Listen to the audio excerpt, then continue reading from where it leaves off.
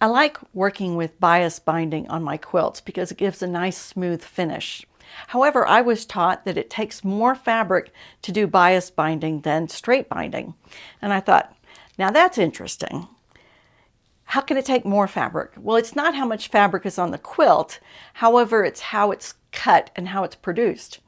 If we're doing long straight strips of binding that we're cutting, then we're going to be cutting on a diagonal, and we won't use the corners of the fabric because we don't want a lot of short strips. We want all long strips if we can. You can do continuous bias binding, and that is generally taught using a square of fabric. So then you have the extra fabric on the side of the rectangle that doesn't get used. What I'm going to share with you is how to cut continuous bias binding from a rectangle, and you'll be able to use all of the bias that you cut. So let me show you how that works. This is from the Quilt Binding Bible. Starting with a rectangle or square of fabric, you can make one diagonal cut and sew two seams, like you can see here, and you end up getting a piece of fabric that's in a tube, and we can just start cutting and peeling off this bias binding all in one long continuous piece. Let me show you how that works. Here I have a fat quarter, which is actually a perfect size for a small amount of binding, and it's a rectangle, and we're going to leave it as a rectangle. I'll show you how you know which way to lay things out. But first thing we have to do is trim off the ends and square it up. Get rid of selvages and square up the edges. We're going to line up the selvage with the cut edge, and we're going to place our ruler so that the ruler line is along the fold, and we're going to trim off the least amount. So we want to get the most out of this fat quarter, so we're going to trim off the least amount there. And then we take and do the same thing on the other end, keeping the selvage and the cut edge the same. And we're going to do this so that the fold is the same. And we're going to line this up and cut the least amount off. Okay, it's about right there. Because we made the ruler parallel to the fold, and the folds are square because of where we place the ruler, all of this is going to work well. Now we have to cut off and square up the other edges, and we're going to take now and we line up these cut edges all the way across since it's such a small piece. And then we take and cut this off. Again, pick a rule line along there, and we trim the least amount off. And because we have these lined up, they're parallel to our fold, and the fact that we're lining up our ruler, we're getting a square piece of fabric. Okay, and we're going to cut the minimum off there. We've got a lot of selvage there. So this is our rectangle. We want to have it to where it is horizontal, and I think you can see that it's longer than it is tall. So we have the piece of fabric horizontal, and we have it right side up. We're going to take this bottom layer here, and we're going to fold it up so that we have this edge lined up there, and then we're going to kind of finger press all the way down. So we finger press, and we should have the same amount of fabric all the way up this strip here. And once I have that done, I'm going to use my thumbnail to do a little bit of a better press here. And now I'm going to rotary cut that fold. And I'm just going to take my ruler and line it up and just nip that last bit of the fold.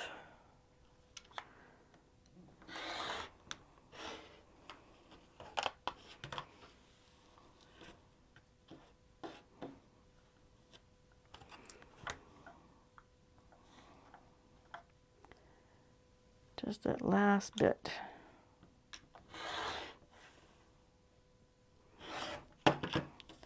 Okay, we have that cut off. And what we're going to do is we're going to take this, unfold it, and then slide it over here. And we're going to sew these two pieces together. So we'll put right sides together. And we're going to line up this square end first.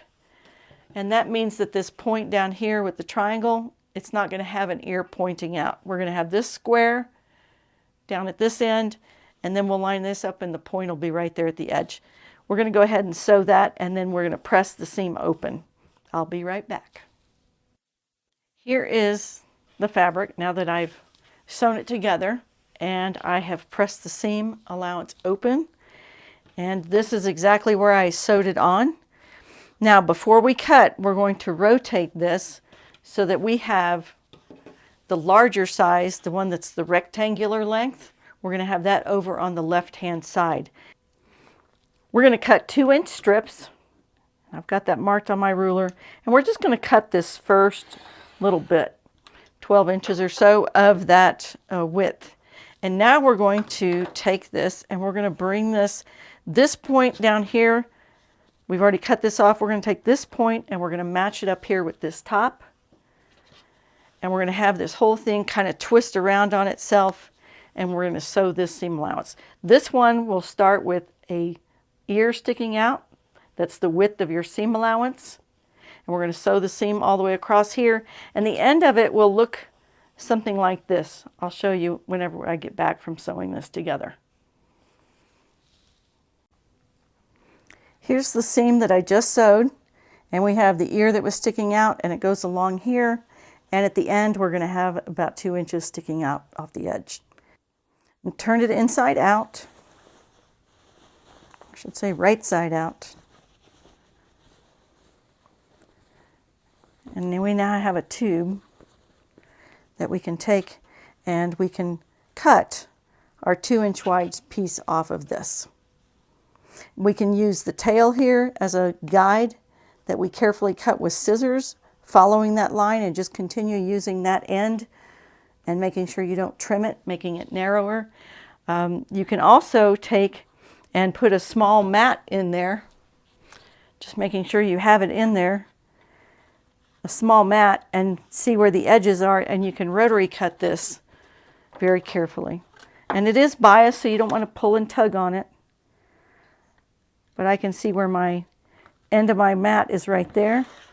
So I'm going to take and cut just that little bit, and we can just keep rotating this and cutting using our mat and our rotary cutter ruler.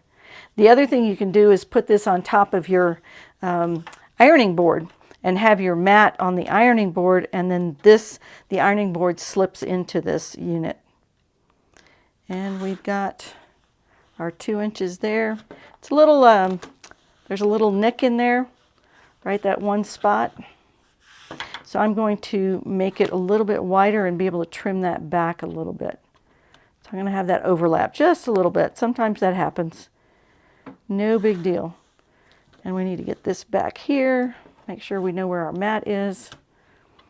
We're going to aim for getting past that point right there.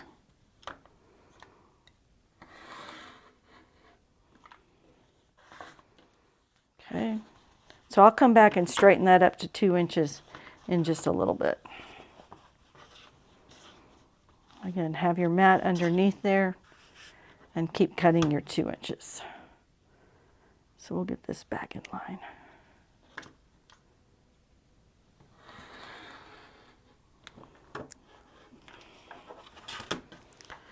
Okay. And this right here, I'll just go ahead and show that. We'll come back to that and trim it up to that 2-inch wide. And because we're working with bias, it works pretty easily to straighten that up. We can ease that variance in.